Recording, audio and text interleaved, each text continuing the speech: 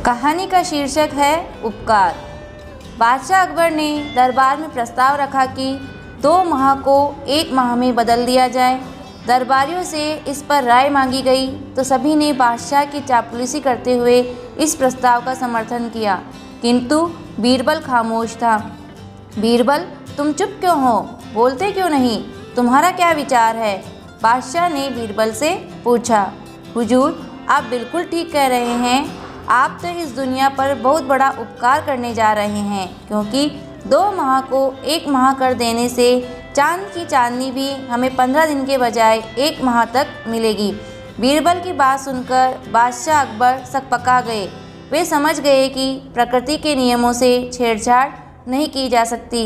दोस्तों, वीडियो को लाइक और शेयर करें। चैनल पर नए हैं तो चैनल को सब्सक्राइब करें। Thank you. कहानी का शीर्षक है उल्लू की भाषा। बादशाह अकबर शिकार से लौट रहे थे। हमेशा की तरह बीरबल भी उनके साथ था। लौटते समय अचानक बादशाह अकबर की नज़र एक पेड़ पर पड़ी, जिस पर बैठे 2 उल्लू आपस में बहस कर रहे थे। वे दोनों उल्लू क्यों उड़ रहे थे या क्या बातें कर रहे थे, ये जानना तो असंभव था। फिर भी बादशाह से रहा न गया और बीरबल से बोले, यह दोनों उल्लू आपस में क्या बातें कर रहे होंगे?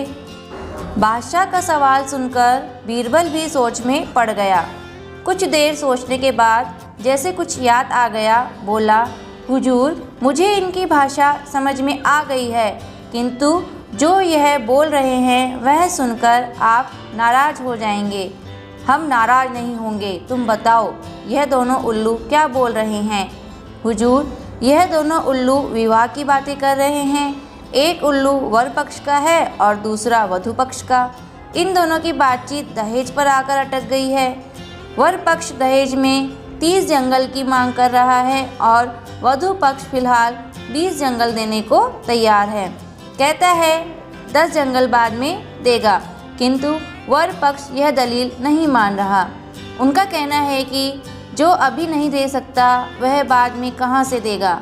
हुजूर, इस बात पर वधू पक्ष ने अपनी सफाई में कहा कि हमारे बादशाह को शिकार खेलने का बहुत शौक़ है और वे शिकार के लिए जंगलों की बढ़ोतरी करते रहते हैं, भले ही इसके लिए उन्हें गांव उजाड़ने पड़ जाए।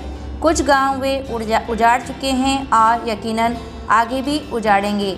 तब मैं तुम्हें दहेज में बाकी के 10 जंगल दे दूँगा। बादशाह अकबर समझ गए कि बीरबल ने उन पर व्यंग्य कसा है, क्योंकि बादशाह अकबर ने शिकार खेलने के लिए कई जंगलों का निर्माण गांवों को उजाड़कर किया था। इस घटना के बाद बादशाह अकबर का मन बदल गया और उन्होंने शिकार खेलना बहुत कम कर दिया और उजाड़े हुए गांवों को भी दोबारा बसा दिया। तो फ्रेंड्स, आपको ये कहानी कैसी लगी कमेंट में ज़रूर बताएं। वीडियो को लाइक और शेयर करें। चैनल पर नए हैं तो चैनल को सब्सक्राइब करें। Thank you.